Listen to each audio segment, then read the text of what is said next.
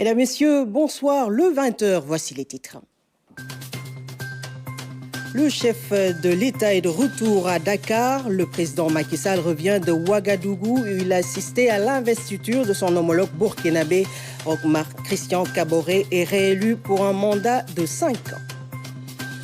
Le marché est bien approvisionné en produits halieutiques. En novembre, plus de 2000 tonnes de poissons ont été reçues au marché aux poissons de Pikine, autant en décembre. À suivre le reportage de Ibrahim Andong.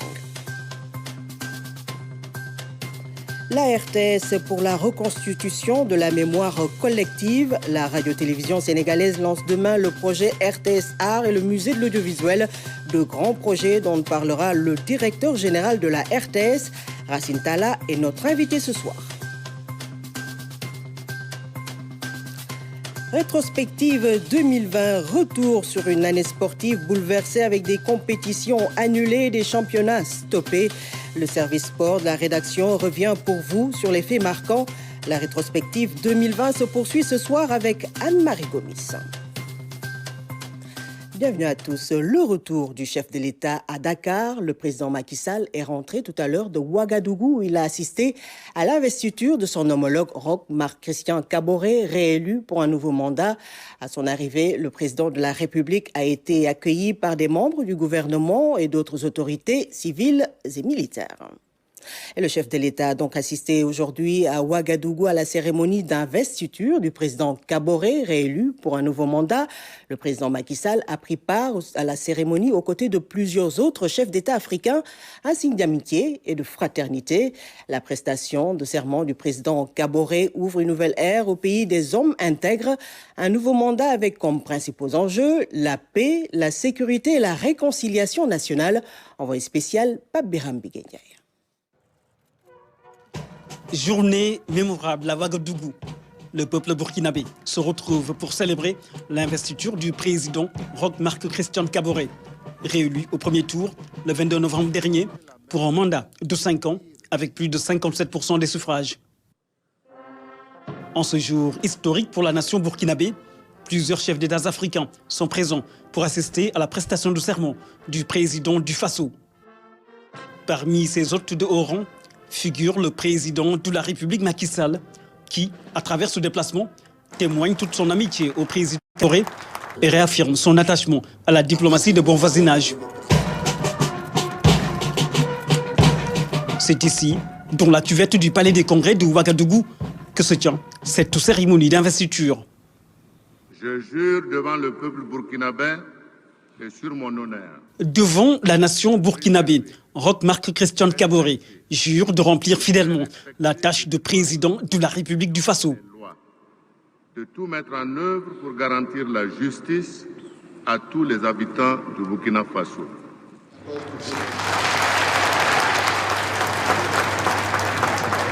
Monsieur Roch Christian Marc Kaboré, le Conseil constitutionnel vous donne acte de votre serment, vous déclare installé dans vos fonctions de président du Faso et vous renvoie à l'exercice de vos fonctions.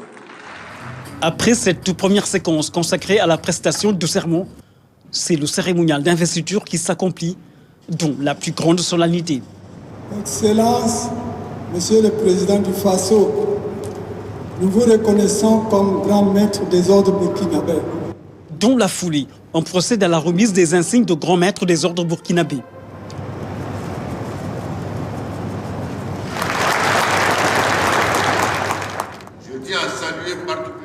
Le discours à la nation du président Roch-Marc Christian Kaboré constitue l'acte final de cette cérémonie. Et dans son message, il a tenu d'abord à magnifier la présence de ses pairs chefs d'État, notamment celle du président Macky Sall. Son Excellence, Monsieur Macky Sall, président de la République du Sénégal. Le chef de l'État qui lui a adressé ses vives félicitations en ce moment si particulier qui honore la nation burkinabé et renforce la démocratie en Afrique. Réconciliation nationale, paix et sécurité, c'est autour de ces gros enjeux que le président de la République du Faso va concentrer ses actions à la tête du pays. Le pays des hommes intègres qui vient de vivre un grand moment d'histoire.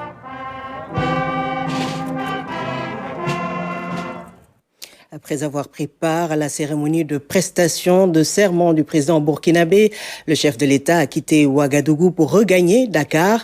À son départ de l'aéroport international de Ouagadougou, le président Macky Sall a été raccompagné par des personnalités burkinabées ainsi que des autorités diplomatiques. Ainsi s'achève donc ce déplacement du chef de l'État au Burkina Faso. Plus de 2000 tonnes de poissons, c'est la quantité reçue au marché central aux poissons de Pikine en novembre, autant en décembre. Une tendance qui en dit long sur l'approvisionnement du marché en produits halieutiques. Il suffit de faire un tour au marché de Pikine pour constater l'ambiance qui y règne. Sur place, les lève-tôt envahissent le marché à partir de 4 heures pour avoir du poisson frais. Notre reporter Ibrahim Ndong a écourté son sommeil pour assister au déchargement des camions. Du poisson à foison. Un plaisir visuel dans un environnement atypique, le marché central aux poissons de Pikine. Aux premières lueurs de l'aube, les lieux sont déjà noirs de monde, difficile même de se frayer un chemin. Une ambiance qui renseigne à suffisance sur la disponibilité des produits halieutiques. Reste maintenant à prier pour écouler le stock. Mais ici, les clients semblent se faire désirer. Nous sommes là depuis très tôt ce matin à attendre l'arrivée des premiers clients. Je ne suis pas la seule dans cette situation. Vraiment, il y a du poisson. Je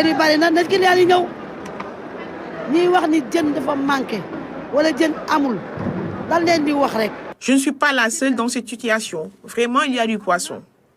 Donc, nous demandons aux clients de venir. La disponibilité des produits ne souffre d'aucune contestation. Une disponibilité qui se vérifie avec ses étals bien remplis à l'attente de potentiels clients. Ces camions constituent un baromètre sur l'approvisionnement du marché. Le marché est divisé en deux secteurs, sinon même trois.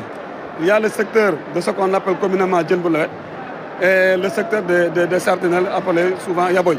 Donc au niveau du secteur de Djenboulawet, là on peut dénombrer jusqu'à 70 camions jour. Hein? Au niveau de l'autre côté, on peut dénombrer jusqu'à 50 camions jour. Donc, moi je crois qu'à Sérine, il ne peut pas avoir de pénurie de poissons. Seulement, pendant la période de la saison des pluies, comme je l'ai dit tout à l'heure, forcément, là où les produits doivent exister au niveau de la mer, nos pirogues artisanaux ne pourront pas atteindre ce prix. Des informations à partager pour éviter certaines incompréhensions. Ces derniers temps, on entendait souvent à la radio et dans les réseaux sociaux des gens sous-tendaient que l'État a vendu la mer au Sénégal. Et ce que nous refutons, en tout cas en tant que président des acteurs, parce que ça fait presque plus de 20 ans que je suis dans le secteur, mais j'ai toujours constaté que pendant la période de la saison des pluies, il y a eu toujours des ruptures de produits. Mais une fois au mois de novembre, décembre, janvier, le produit vraiment commence à vraiment nous envahir. Une période de grâce, une aubaine pour les acteurs. C'est d'ailleurs ce qui justifie le caractère aléatoire des tonnes de poissons. Donc ça dépend des saisons, des marées, vraiment de la lune par exemple. Ces temps-ci-là, on a beaucoup de poissons. Beaucoup de poissons sont débarqués ici au niveau du marché et à bon prix. Le mois dernier, on était à 2100 tonnes. À 2100 tonnes. Aujourd'hui, le 28, on est à 2059 tonnes. Mais avant le déchargement des camions, il y a un travail à faire en amont. Il est relatif au contrôle sanitaire qui doit confirmer le certificat de contrôle d'origine et de salubrité. À chaque fois que les produits sont débarqués, on fait des analyses organoleptiques. Tous les lots qui sont soupçonnés, on fait un échantillonnage. Donc les analyses organoleptiques sont des analyses basées sur les organes de sens. Et par expérience, dès que vous voyez un poisson, automatiquement vous savez que si ce poisson est en norme ou pas. Tous les produits qui viennent ici doivent subir un contrôle sanitaire. Donc nous, on fait d'abord un contrôle sanitaire, un contrôle documentaire. Donc tous les produits qui viennent au niveau de tous les sites de débarquement du Sénégal sont tenus d'avoir un certificat d'origine et de salubrité. Il s'agit d'une question de santé publique. C'est pourquoi les autorités y accordent une attention particulière. Au marché central aux poissons de Pékin, c'est le rendez-vous des lève-tôt, car le travail commence vers 3h ou 4h du matin. Ici, le poisson règne en maître. Le marché est donc bien approvisionné en produits halieutiques et le président des délégués du marché central aux poissons de Pékin salue les nombreuses réalisations dans le secteur de la pêche sous l'impulsion du président Macky Sall. Mamadou Sow est ici au micro de Ibrahim Mandong. Le président de la République, ce qu'il a fait dans le secteur depuis son accession au pouvoir, aucun de ses prédécesseurs ne l'a jamais fait. Je peux citer quelques exemples, c'est-à-dire la subvention des moteurs à hauteur de 1 million de francs CFA par mois, la subvention des gilets de sauvetage. Ça coûtait auparavant 10 000 francs, aujourd'hui ça coûte 2 500 francs. Mais également la construction des quais, de nouveaux quais de pêche. Il y a énormément de quais de pêche actuellement au Sénégal. Mais il y a également que des camions frigorifiques ont été achetés en tout cas pour les mareyeurs. Ce qui tarde à être réalisé, en tout cas les mareyeurs n'ont pas encore pris les camions. Mais à ce niveau-là, je crois que c'est au niveau des mareyeurs, la lenteur se situe au niveau des mareyeurs. Mais il y a énormément de réalisations que le président a fait dans le secteur qui véritablement... tout mareyeur qui est dans le secteur, qui est actif, devrait donc saluer donc la vision du chef de l'État dans ce domaine. Mamadou Sow, le président des délégués du marché central aux poissons de Pékin, qui salue les nombreuses réalisations dans le secteur de la pêche avec le président Macky Sall. Parlons à présent du projet RTS Art, dont le musée de l'audiovisuel est un pas important. Ce projet constitue un voyage dans le temps destiné à reconstituer une mémoire collective. À quelques heures de son lancement, les anciens de la RTS saluent l'idée. L'État, pour sa part, manifeste son soutien. Dayaïda Diar. Le musée de la RTS, c'est un corps et un esprit. L'histoire de l'audiovisuel revisitée. La RTS, c'est, si vous voulez, l'histoire de notre voix, l'histoire de l'image sénégalaise. Aujourd'hui, avoir un musée qui va nous restituer notre histoire, qui va rendre disponible notre histoire en termes de voix et d'image, c'est quelque chose de très salutaire. Ces outils de travail que nous avions, les générations à venir doivent les voir, doivent voir ce que c'était, ce avec quoi leurs parents, leurs grands-parents travaillaient. De grosses machines aujourd'hui dépassées qui ne doivent pas aller à la poubelle. Ces outils ont une valeur, pour nous, une valeur morale. Vous savez, passer la nuit, toute une nuit, dans une cabine de montage pour faire 30 secondes d'effets spéciaux, juste 30 secondes, avec des machines qui peuvent valoir 200 millions. Des machines de montage en Aberol, 3 machines, une télécommande, et vous êtes là, votre imagination. D'être seul à se dire, qu'est-ce que je vais faire? Comment je vais faire ça? Quel trucage je peux utiliser pour que le téléspectateur croit que? Parce que moi, je suis le roi qui a les outils entre les mains et qui peut les faire parler. C'était beau. La mémoire du futur. Il s'agit de nourrir les générations actuelles et futures de ce qu'était la télévision et de ce que ces hommes et ces femmes en ont fait. Ce musée, le doyen Majib Sen le considère comme capital dans la construction de la conscience nationale. Cela nous permettra d'exhumer tous ces souvenirs qui ont une importance capitale dans la formation de notre conscience nationale, mais également dans la formation de la jeunesse appelée à être le fer de lance de notre développement culturel, économique, social et par-delà même politique. Sa vision a été plus globale. Il a pensé à tout le voisinage, qui est un peu tout ce qui est autour, comme la BCAO, la BHS, le CESAC, oui, l'Institut islamique, la Poste. Mais c'est extraordinaire. La vision est donc plus globale. Il ne s'agit pas de musée tout simplement, mais de triangle des arts. Quand on parle du triangle de l'art, c'est une manière également de sécuriser le quartier dans lequel nous sommes. On est en face de la RTS, à côté du CESAC, à côté de la Banque centrale, à côté de la mairie. Je pense qu'on est ouvert pour voir ce qu'on peut faire dans le cadre de la Fondation. Il faut féliciter l'initiative d'avoir, de manière combinée avec notre grand plasticien talentueux Khalidou Kassé, tout l'aspect technique, tout l'accompagnement nécessaire du ministère de la Culture et de nos collaborateurs. Je pense que tout le monde va travailler dans ce sens. Mardi donc, RTS lance son musée, mais il est surtout question de replacer l'art et la culture au cœur des populations. Et pour justement parler du lancement officiel du musée de l'audiovisuel de la RTS, nous recevons sur ce plateau le directeur général de la RTS, M. Racine Talla. Bonsoir. Bonsoir. Bienvenue chez vous. Merci, chez nous. Alors, pourquoi ce musée? Et d'ailleurs, comment vous est venue cette idée? Ben, cette idée, vous savez, c'est difficile de se rappeler comment c'est venu. Certainement par un faisceau de faits. On a voyagé et puis on regarde aussi ce qui se passe autour de nous. Mais l'étincelle qui a fait jaillir la flamme, en vérité, c'est la célébration des 40 ans de Khalidou Kassé. Et on célèbre très rarement nos artistes, nos hommes et nos femmes. Alors, à cette occasion, lorsque je l'ai reçu avec le professeur Malick Ndiaye, muséologue, directeur du musée Théodore Monod. Alors, qu'on parlait justement de la célébration de ces 40 ans, nous est venue l'idée, parce qu'on parlait de patrimoine, de quand même voir comment faire revivre les 70 ans de radio de la RTS. Les 40 ans de télévision de la RTS.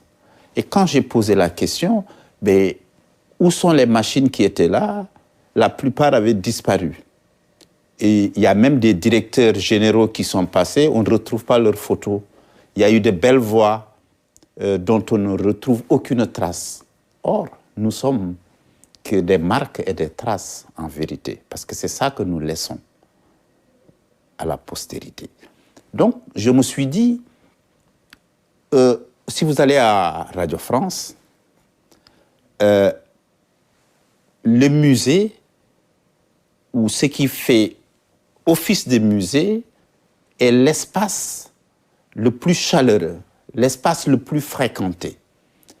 Et Pierre Schaffer, je renvoie les jeunes générations à cet ouvrage en 2 tomes, Pierre Schaffer en a beaucoup parlé. Vous allez dans le monde du football. Aujourd'hui, toute la controverse, c'est autour du musée du football, en Suisse. Ce n'est pas le propos. Donc, entretenir la mémoire, c'est quelque part nourrir la vie. Nous sommes à la RTS depuis un certain temps. Avant d'être à la RTS, nous avons été bercés, formés par des voix et des visages. Et nous pensons qu'aujourd'hui, on ne peut pas, ce serait une insulte à cette génération et à celles qui vont venir, que tout soit enfoui ou que tout soit tombé dans l'évanescence. Marcel Ndione, je ne vois pas de photo de lui. Il a marqué la RTS. Un Pathé Dieye Fall, il a marqué la RTS. Alou, peut-être, il y a une... Quand on va à la bandothèque, on peut retrouver ces photos, mais il nous faut aller aux archives nationales pour fouiller dans le soleil ou rencontrer quelqu'un de sa famille. Et ces gens-là, ces hommes et ces femmes, ont construit avec les autres pans de la société l'histoire du Sénégal. Vous aviez lancé un appel pour qu'on puisse retrouver, regrouper, réunir des éléments sonores, audiovisuels. Est-ce que cet appel a été entendu? Est-ce que des éléments ont été retrouvés à la suite de... Oui, il y a eu quelques éléments seulement qui ont été retrouvés. Parce que tout a disparu avec... parce qu'il n'y avait pas quand même de politique de conservation des archives autres que celles sonores et audiovisuelles. Et donc les objets, une fois qu'une technologie est dépassée, étaient jetés.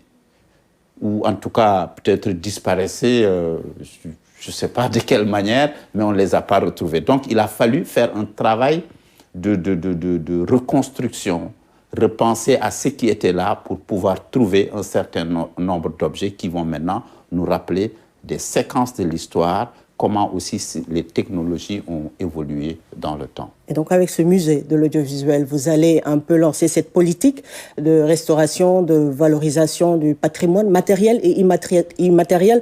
Comment valoriser tout ce patrimoine? Mais vous savez, Rougia, tout ça, ça doit être un impératif pour toutes les sociétés de l'audiovisuel. Vous savez, dans d'autres pays, les médias sont logés dans le ministère de la Culture. Nous fabriquons la culture. Nous luttons chaque jour que Dieu fait contre l'oubli. Aujourd'hui, l'institut le plus important en France, c'est l'Institut national de l'audiovisuel, où vous trouvez toutes les archives et même qui se donnent un rôle de formateur. Pourquoi cela? Parce que très tôt, ils ont pensé à la médiathèque. Aujourd'hui, si on veut voir certaines images de Senghor ou de l'époque coloniale, il nous faut aller jusqu'en France, jusqu'à l'INA. Et d'ailleurs, parmi les revendications, on parle simplement de restitution d'objets d'art, etc. Moi, je pense que dans le débat, il faut qu'on pense aussi à la restitution quand même des images qui nous appartiennent pour qu'on puisse nourrir nos médiathèques. Et je dis que ça doit faire partie intégrante du dispositif organisationnel des grandes maisons de médias, des musées de la mémoire, des musées d'archives. On a un département archives, mais c'est pour simplement les morceaux ou les reportages d'il y a quelque temps, etc., etc. Mais nous devons, avec ce que nous avons, parce que être journaliste, être animateur, travailler dans les médias, c'est quelque part un privilège, parce que vous pouvez frapper à la porte de tout le monde, de monsieur tout le monde, comme des gens aussi les plus célèbres, président de la République, grands artistes, etc. Et on doit saisir cette chance pour contribuer à fabriquer, à façonner la mémoire. Alors vous allez procéder demain au lancement du musée de l'audiovisuel de la RTS et c'est dans le cadre d'un projet plus large, RTS Art. Dites-nous un peu quels sont les objectifs de ce projet. Vous savez, le musée va aussi intégrer ce grand projet de réhabilitation de ce bâtiment et de construction d'un autre bâtiment à côté. Et le musée va trouver sa place, mais actuellement, on procède au lancement de cet embryon de musée pour donner une idée de ce qu'il sera une fois le bâtiment terminé. Et nous y travaillons avec Khalidou Kassé, qui a été très généreux et de façon gratuite, il faut aussi le noter, avec le professeur aussi Malik Ndiaye, qui est un muséologue, qui est un homme du métier.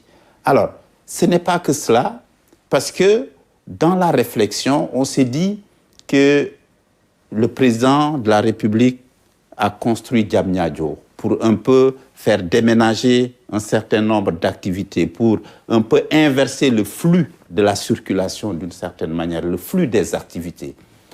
Le centre-ville est engorgé. On s'est rendu compte quand même qu'on a de beaux voisins, de grands voisins. Un voisin richissime, la BCAO, la BHS. On a un voisin dont la fonction, c'est la formation, le CESAC. On a l'esprit, le spirituel, l'Institut islamique. On a cette belle école dont l'architecture date d'il y a longtemps, l'école Clémenceau. On a les colis postaux, en tout cas la Poste. On a également le CESAC. On s'est dit, pourquoi ne pas penser en relation avec le ministère chargé du cadre de vie que nous sommes allés voir, le DG aussi du COSEC que nous sommes allés voir. On leur a dit, on pourrait ensemble construire quelque chose qui s'appellerait Triangle des Arts. Surtout que nous avons la place de Ndiaye Coumba Rose, qu'on ne présente plus, c'est la mairie qui est aussi un partenaire. Nous avons aussi le building communal, j'allais oublier. Et à côté, nous avons ce qu'on appelle le rond-point Ladjor, d'autres l'appellent le rond-point Malao. Une fois, il y avait des petites égratignures, si on peut parler comme ça, sur le cheval Malao.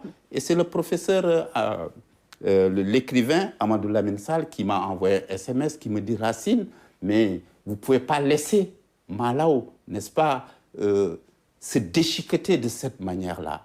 Il y a le CESAC, il y a la BHS, faites quelque chose. Donc, finalement, et c'est ainsi que m'est venue l'idée. Et donc, il y aura, en relation avec le ministère du cadre de vie, qui est quand même maître d'œuvre, parce qu'on ne peut pas planter n'importe quoi, n'importe où, qui va aménager l'espace de façon à ce que les artistes, sous la direction de Khalidou Kassé, puissent venir en faire des rues dédiées à l'art, dédiées à la contemplation, dédiées à l'exaltation de la création. Et dans ce projet, quel est le rôle des partenaires que vous avez cités, les institutions qui sont à proximité du Triangle Sud? Ce n'est pas un rôle, ce sont des parties prenantes, au même titre que la RTS. Donc c'est un projet que nous sommes en train de construire avec elle. Et tout ça se fait en rapport avec Khalidou Kassé. Vous l'avez accompagné dans la célébration de ses 40 ans. On l'a accompagné dans la célébration et maintenant, on lui a confié justement la construction du Triangle des Arts.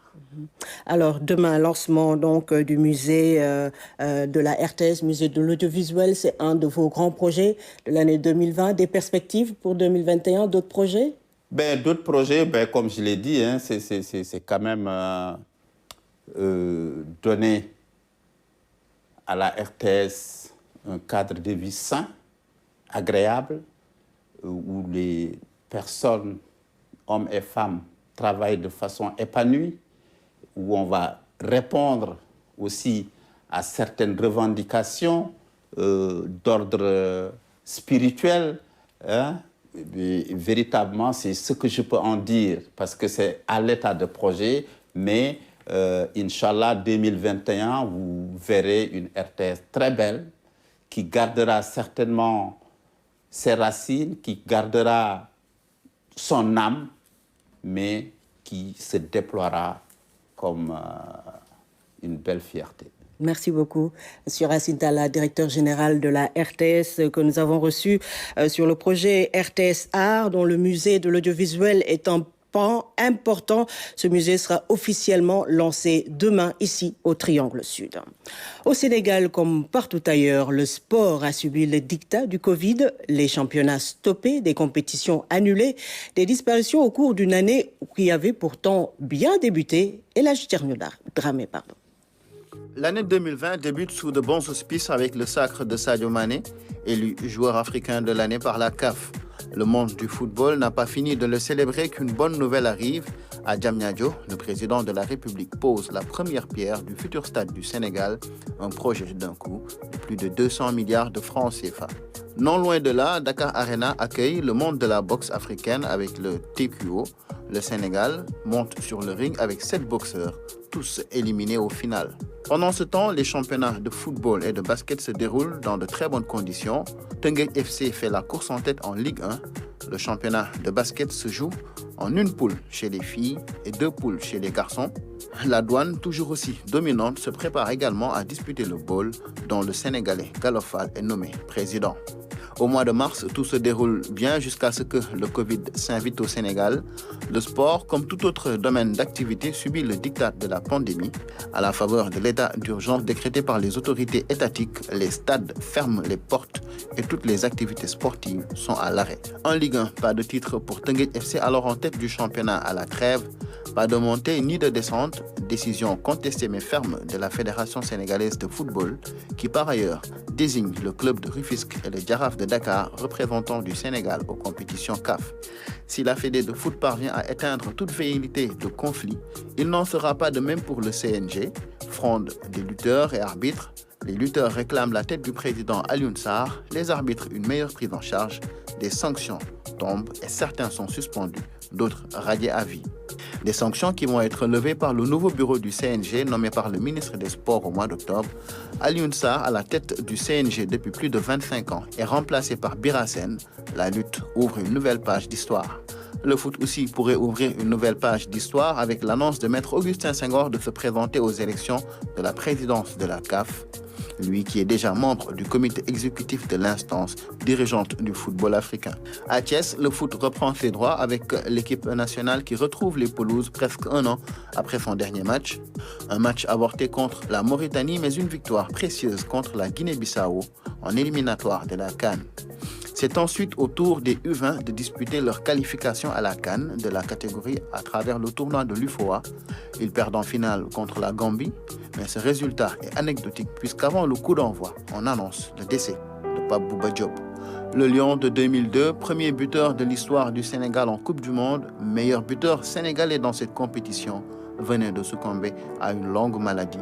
Pape Bouba, décédé à Lens, est rapatrié au Sénégal où il sera élevé à titre posthume au rang de grand officier de l'ordre du mérite. Et le futur musée du foot portera son nom. Pape Bouba Diop allonge la longue liste des sportifs de renom partis cette année. Pape Diouf, l'ancien président de Marseille, est la première victime sénégalaise du Covid. Ablaye Seye Moro, ancien président de FIBA Afrique, Balla Gaye 2, ancien lutteur, et tant d'autres ont rejoint les cieux en cette année 2020. Une année que le Sénégal et le monde entier ont envie de vite oublier. Sur l'international, le sport a aussi été fortement impacté par le Covid-19. Les Jeux olympiques Tokyo 2020 ont été reportés à cause de la pandémie. Sur la scène africaine, notre compatriote Sadio Mané a remporté le Ballon d'Or 2020. Entre joies et peines, c'est le fil conducteur de la rétrosport internationale avec Ibrahim Aboub. Année horribilis 2020, une année horrible, noire, néfaste. À peine avait-on entamé le mois de janvier que Kobe Bryant s'en était déjà allé. Une mort tragique dans un accident d'hélicoptère avec sa fille Gianna et 7 autres passagers. En novembre, c'est Diego Armando Maradona qui tire sa révérence à l'âge de 60 ans. La star du football mondial des années 80 et 90 a succombé quelques jours après une opération chirurgicale. En 2020, les larmes des sportifs n'ont pas séché avec les décès de Gérard Houllier, Paolo Rossi, Alejandro Sabella, Michel Hidalgo et Robert Herbin. 2020 aura été aussi une année stressante d'incertitude et de report de compétition à cause du Covid. Les Jeux olympiques Tokyo 2020 ont été reportés, de même que le CHAN et la CAN. Les éliminatoires ont été sérieusement impactés par la pandémie. Tous les sports, toutes disciplines confondues, ont été à l'arrêt à partir du mois de mars. Il y a eu tout de même quelques éclaircies dans la grisaille. Sadio Mané a remporté le Ballon d'Or africain en janvier à Hurghada, en Égypte. Un trophée récompensant son talent et ses performances. Avec son club Liverpool, il est devenu champion d'Angleterre en juin, mettant fin à 30 ans de disette des Reds. En Ligue des Champions, le Bayern de Munich a montré sa suprématie avec un titre remporté haut la main dans la bulle de Lisbonne. En 2020 aussi, la Formule 1 a intronisé un nouveau roi qui s'appelle Lewis Hamilton. Le Britannique, seul pilote de couleur sur le circuit, égale le record de Michael Schumacher, 7 titres de champion du monde. Il dépasse même l'Allemand en termes de Grand Prix remportés, 94 au total, une perf digne des plus grands.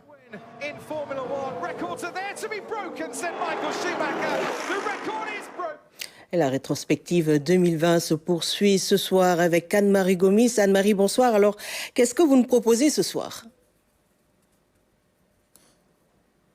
Bonsoir, Ougui à tous. Ce soir, nous parlons culture internationale en 2 temps, Afrique et reste du monde, à 3 sujets qui ont tous un point commun, le coronavirus. La culture, l'économie africaine et mondiale sont au plus bas. La sécurité a fait parler d'elle, notamment au Sahel 2020, une année particulièrement électorale en Afrique et dans le reste du monde. L'élection de Joe Biden à la présidentielle américaine avec l'arrivée de Kamala Harris, la première femme noire au poste de vice-présidente des États-Unis ont retenu l'attention du public en 2020. Merci Anne-Marie Gomis. Rendez-vous juste après ce journal. Tout autre chose avec l'autorité de régulation des télécommunications et des postes qui a procédé au lancement officiel de sa stratégie 2021-2023. Objectif, permettre aux consommateurs de bénéficier d'un service de qualité. Les opérateurs ont pris l'engagement de mutualiser les infrastructures. Hamidou Diop. Cette stratégie 2021-2023 de la RTP a pour objectif de permettre aux consommateurs de bénéficier pleinement des services de communication électronique avec une qualité conforme aux standards internationaux. Les services de communication électronique occupent une place importante dans notre économie au vu de leur contribution au PIB et à la création d'emplois directs et indirects. C'est pour cette raison qu'ils ont été définis et identifiés par les autorités comme levier de croissance des autres secteurs prioritaires pour l'atteinte des objectifs de développement et d'amélioration des conditions de vie des populations. Dans un souci d'amélioration continue des services de télécommunication, l'ARTP opère dans la sensibilisation et rappelle aux opérateurs l'importance des services de la téléphonie et de la connexion Internet.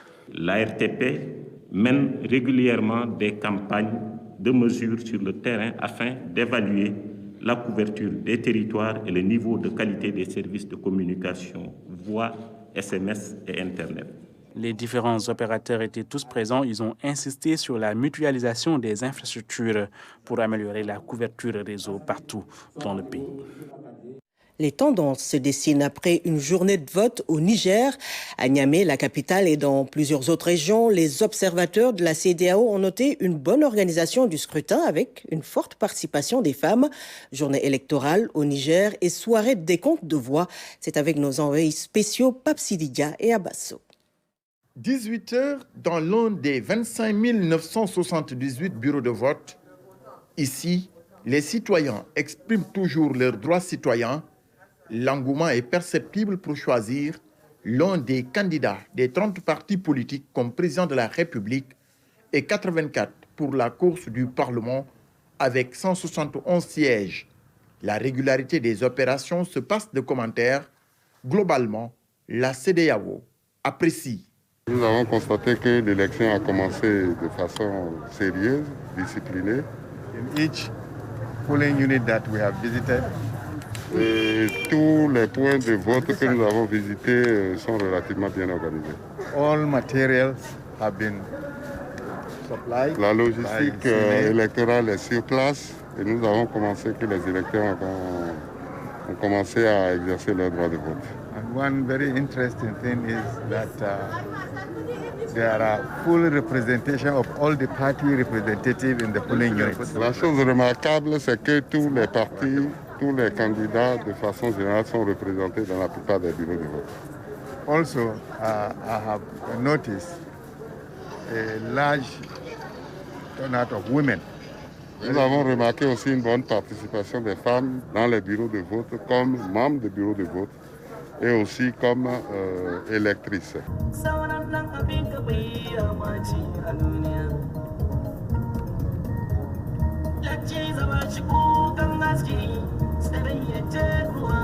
20 heures, le décor change dans d'autres lieux, c'est le dépouillement.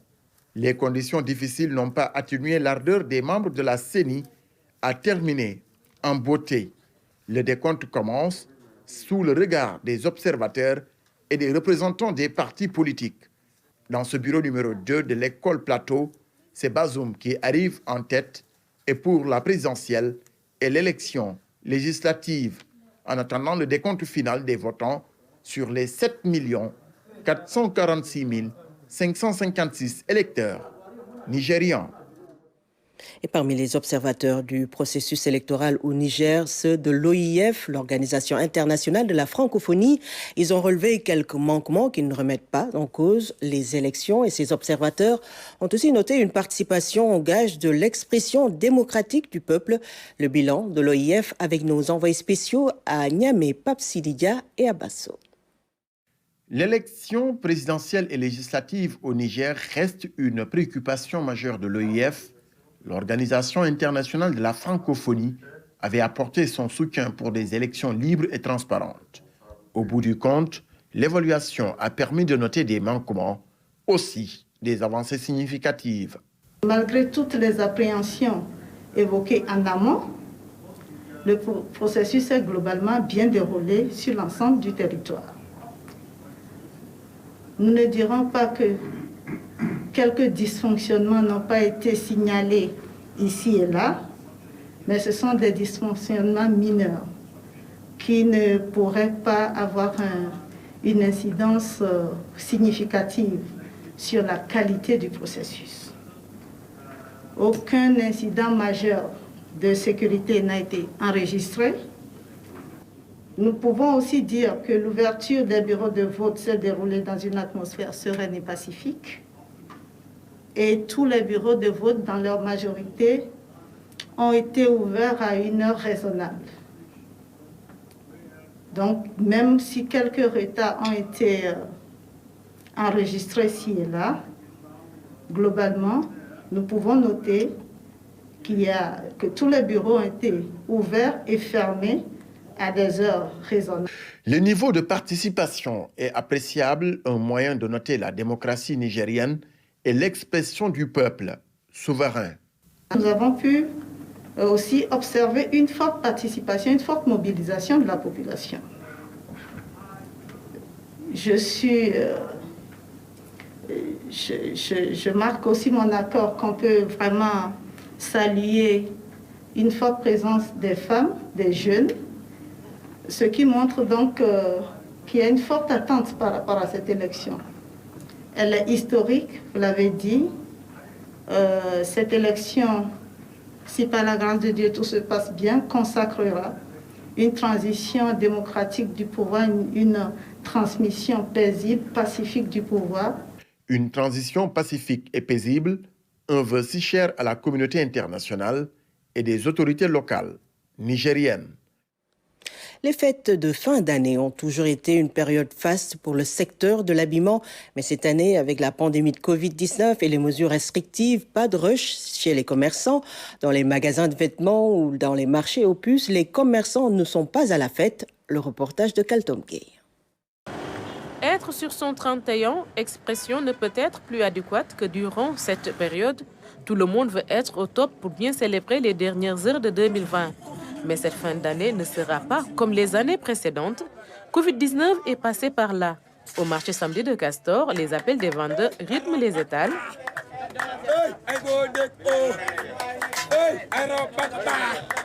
En cette période de pandémie, les poches sont presque vides, donc les gens se tournent vers la friperie. Des hauts, des robes, des vestes, des pantalons super 100 et des combinaisons. Moi, je vends tout cela et machallah, les clientes viennent.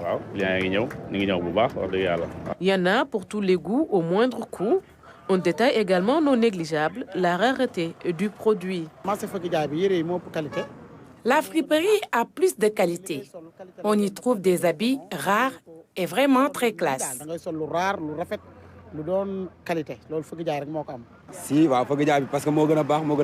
Les habits de la friperie sont plus jolis et plus résistants et ils sont beaucoup moins chers. Ce que tu achètes à 3 000 francs ailleurs, ici, tu l'as à 500 francs. Profitons d'un reportage au marché. Elle cherche la tenue.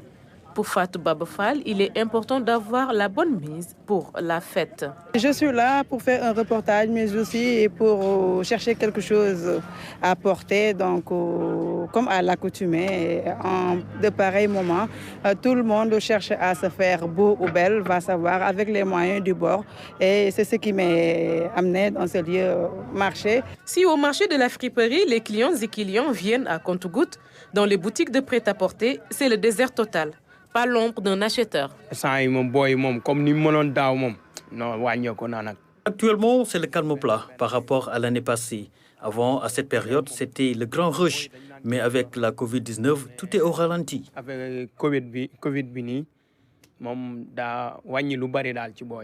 La tendance, c'est les costumes, machallah, les chaussures, par exemple, la tenue classe. Costume en de 120 000 jusqu'à 90 000. Les Lacoste aussi, nous avons à 10 000 francs. Ouais. Il y a des chemises de classe, machallah, nous avons de 20 000 francs. La Covid-19 a impacté la célébration du Saint-Sylvestre. Les vendeurs d'habillement, qui d'habitude à cette période se frottaient les mains, ont du mal à voir, ne serait-ce qu'un client. Le ministre du Commerce et des PME a détruit plus de 300 tonnes de produits impropres à la consommation, une importante quantité retirée des circuits de distribution, le tout estimé à 665 millions de francs CFA. Venu présider la cérémonie à Toglou, le ministre du Commerce et des PME a affirmé que la nouvelle réglementation va permettre de renforcer le contrôle. Louis-Philippe Sagna. Plus de 300 tonnes de produits impropres partis en fumier. Sur ce site de Toglou, toutes les dispositions sont prises pour assurer une destruction totale de tous ces produits retirés de la chaîne de distribution. Je voudrais dire aux importateurs qu'il ne sert à rien d'importer un produit, de dépenser beaucoup d'argent et après de perdre ce produit. Donc, ce serait bien de coller vraiment à la réglementation pour éviter ces situations désagréables. Pour accentuer davantage la protection du consommateur, une nouvelle loi vient d'être adoptée par l'Assemblée nationale. Avec la nouvelle réglementation, on aura la possibilité de faire élaborer des normes et donc d'application que nous rendrons d'application obligatoire. Et à partir de là, nous pouvons étendre le champ du contrôle même aux produits non alimentaires, surtout ceux qui présenteront en tout cas un potentiel danger pour les consommateurs. Conviés à cette cérémonie, les représentants des consommateurs ont salué cet acte. Que ce soit le corps de contrôle, que ce soit le commerçant, que ce soit le consommateur, chacun doit jouer son rôle. Je rêve, et le rêve est permis. Au lieu de détruire des quantités importantes, qu'on s'aperçoit que les quantités diminuent. Et diminuent parce que chacun a joué son rôle. Péremption, non-conformité, tromperie sur la qualité, défaut d'autorisation de fabrication, bref, autant de motifs du retrait, soit une valeur de 665 millions de francs CFA incinérés pour le bien-être des populations. Le ministère du Commerce et des PME a donc procédé à la destruction de plus de 300 tonnes de produits impropres à la consommation. À présent, le point sur la situation Covid. 119 nouveaux cas sont répertoriés, 2 décès enregistrés hier et 35 cas graves recensés.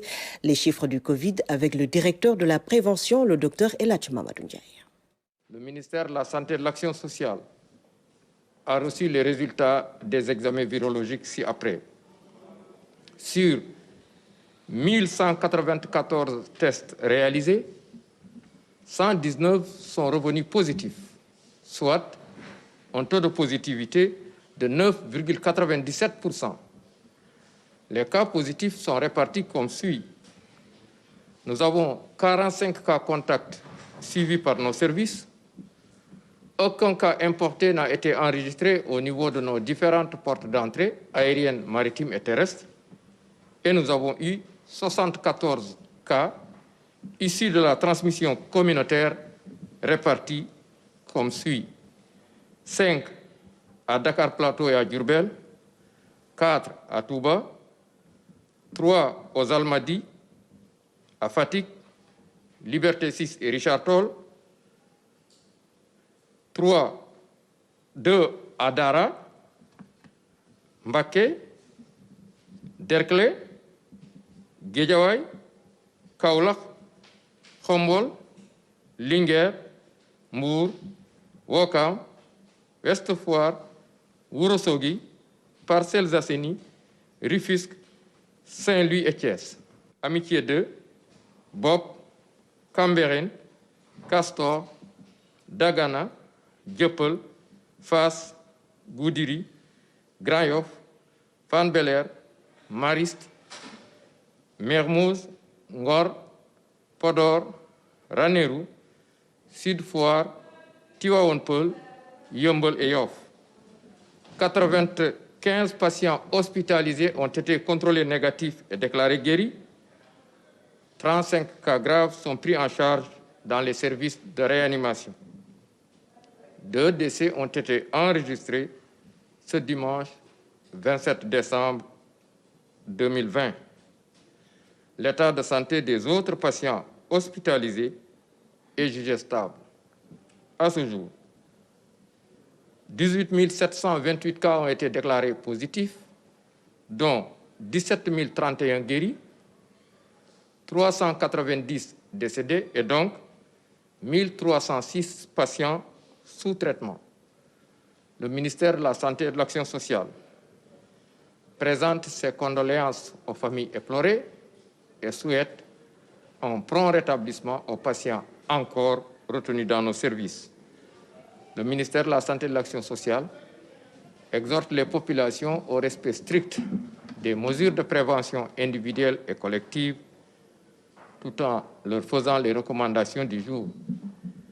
Prenez soin de vous, de vos proches et de la communauté en veillant sur les conseils du jour, notamment le port correct de masques, bien ajusté couvrant la bouche et le nez, le lavage fréquent des mains à l'eau et au savon ou l'usage de gel de qualité pour la désinfection de vos mains, enfin le recours précoce aux structures de soins ou consulter un médecin ou un personnel de santé qualifié dès que vous vous sentez malade. Des recommandations à suivre. Le Sénégal à nouveau endeuillé avec le rappel à Dieu du maire de Dalifort, Idrissa Diallo. Il était membre de la coalition Tahaou Sénégal. Le directeur général de la RTS et l'ensemble du personnel présentent leurs condoléances à sa famille et prient pour le repos de son âme. Seyda Mariama Niass a été inhumée aujourd'hui à Medina Baye. Elle repose désormais aux côtés de son père, Cheikh Ibrahima Niass. L'imam de la cité religieuse a dirigé la prière mortuaire en présence du Khalif Cheikh Mahi Niass et d'autres dignitaires. Nous y reviendrons avec Claire Diop à Kaolack. Diplomate, professeur d'espagnol, journaliste, Doudou Diène fait partie de ces grands hommes qui ont fait les plus beaux jours de la RTS, particulièrement de Radio Sénégal. La rubrique Rétroviseur l'avait rencontré en 2016 à Saint-Louis. Aujourd'hui, rappelé à Dieu, les archives nous replongent dans le parcours de cet homme avec Seydina Alundigo. Quand on a devant soi Doudou Diène, on est facilement séduit par l'être pluridimensionnel. Il y a la personnalité du Saint-Lusien, ancrée dans les valeurs de la ville tricentenaire. Il y a la pédagogie du professeur d'espagnol, mais aussi la psychologie et la méthode du journaliste, sans oublier l'affabilité du diplomate, autant de fonctions qu'il a exercées. J'ai eu à apprendre quelque chose et je crois que j'ai beaucoup aimé le journalisme en fait. J'ai beaucoup aimé le journalisme parce que ça m'a permis de voir beaucoup de choses, d'apprendre beaucoup de choses, d'être au contact de beaucoup de gens. Et je crois que c'est le contact humain, le commerce humain qui enrichit davantage l'individu et qui permet d'enrichir le cerveau et qui permet d'enrichir l'individu en lui-même parce que les rapports humains, il n'y a rien de tel dans la vie. Le métier de journaliste, il l'embrasse concrètement en 1980, après avoir flirté avec dans les années 70 en tant que collaborateur du journal Le Soleil, puis en tant que coopérant au Gabon. De retour au Sénégal, Doudou Diène quitte l'éducation nationale pour Radio Sénégal grâce à son ami d'enfance, Abdoulaye Diaw, lors de la visite officielle du roi d'Espagne, Juan Carlos. Et c'est Abdoulaye Diaw qui a dit à Sidi El Arbi, qui était le rédacteur en chef, j'ai un ami qui est professeur d'espagnol, qui est journaliste, qui revient du Gabon. Si vous voulez, il pourra venir participer à la retransmission en direct de l'arrivée du roi Juan Carlos. Et c'est ainsi, en résumé, que je suis entré à Radio Sénégal et que j'ai commencé à faire du sport. Après le sport, le journal Parler, là où Doudou Diène imprime sa marque en tant que présentateur. À l'informatif, il ajoute l'incitatif, franchissant des barrières que d'aucuns jugeaient infranchissables, comme ce jour de 1er avril 1983. Presque 2 mois se sont passés après l'élection présidentielle. Le président Abdou Diouf n'a pas composé son gouvernement. Doudou Diène et Mansour Sow, en entrant au studio pour le journal, s'apprêtent à faire quelque chose d'inédit. Doudou, tout est prêt. Comment se présente la situation en ce moment au Palais de la République? Exactement, Mansour. Je suis en train d'entrer dans le bureau du président de la République. Et voilà, je suis assis devant le président de la République. Monsieur le Président, bonjour, merci de nous avoir reçus. Mais Monsieur le Président, nous n'allons pas traîner. Je voudrais vous poser la première question qui intéresse tous les Sénégalais. Pourquoi vous avez tardé à communiquer la liste des membres du gouvernement? Et est-ce qu'on peut connaître la liste des membres du gouvernement sénégalais? Mansour, je suis désolé auprès des auditeurs, je ne suis pas à la présidence de la République. Je suis bel et bien dans ce studio et c'était un poisson d'avril. Et le président de la République, Abdou Diouf, précisément, est tombé dans le piège. Il me l'a dit par la suite, 1 an après, quand je l'ai rencontré, il m'a dit, vous aviez fait votre mise en scène de telle manière que finalement, moi, je suis tombé dans le piège. Je me suis dit, mais où est Doudou Diène dans mon bureau et jusqu'où il peut aller ce garçon-là? Bon, mais finalement, le directeur de la radio et le rédacteur en chef ont vu que du côté du pouvoir, personne n'a bougé, on a bien pris la chose. Et finalement, on ne nous a rien dit. Et ça a plu, mais c'était une audace. Ça, je vous assure que c'était une audace. À cette époque-là, personne n'osait faire des choses de ce genre-là. Doudou Diène, c'est donc un style, mais un profond respect des règles de la langue française. Celui qui laisse le micro en 1985 pour une carrière de diplomate a un regard critique sur la génération actuelle. Je ne parle pas de tout ça, je suis très précis. Je connais des confrères qui sont merveilleux. Quand je les écoute, c'est avec plaisir. Mais je vois que la profession est infestée, je dis bien infestée, de certains jeunes journalistes qui, à mon avis, sont partis de zéro avec un billet aller-retour. Parole d'un sage qui ne manque pas de s'adresser aux Sénégalais en témoigne sa production littéraire sortie en 2008. C'est depuis son Saint-Louis natal qu'il vit sa retraite, seulement en tant que diplomate, car s'agissant de la profession de journaliste, on l'est pour toujours. Notre grand frère Seydina Alioune Digo avait retracé pour vous le parcours de Doudou Diène, journaliste, professeur d'espagnol, diplomate décédé ce week-end. Paix à son âme. Ainsi prend fin ce journal. Merci de l'avoir suivi. Dans un instant, la rétrospective 2020 avec Anne-Marie Gomis. Bonne suite de programme.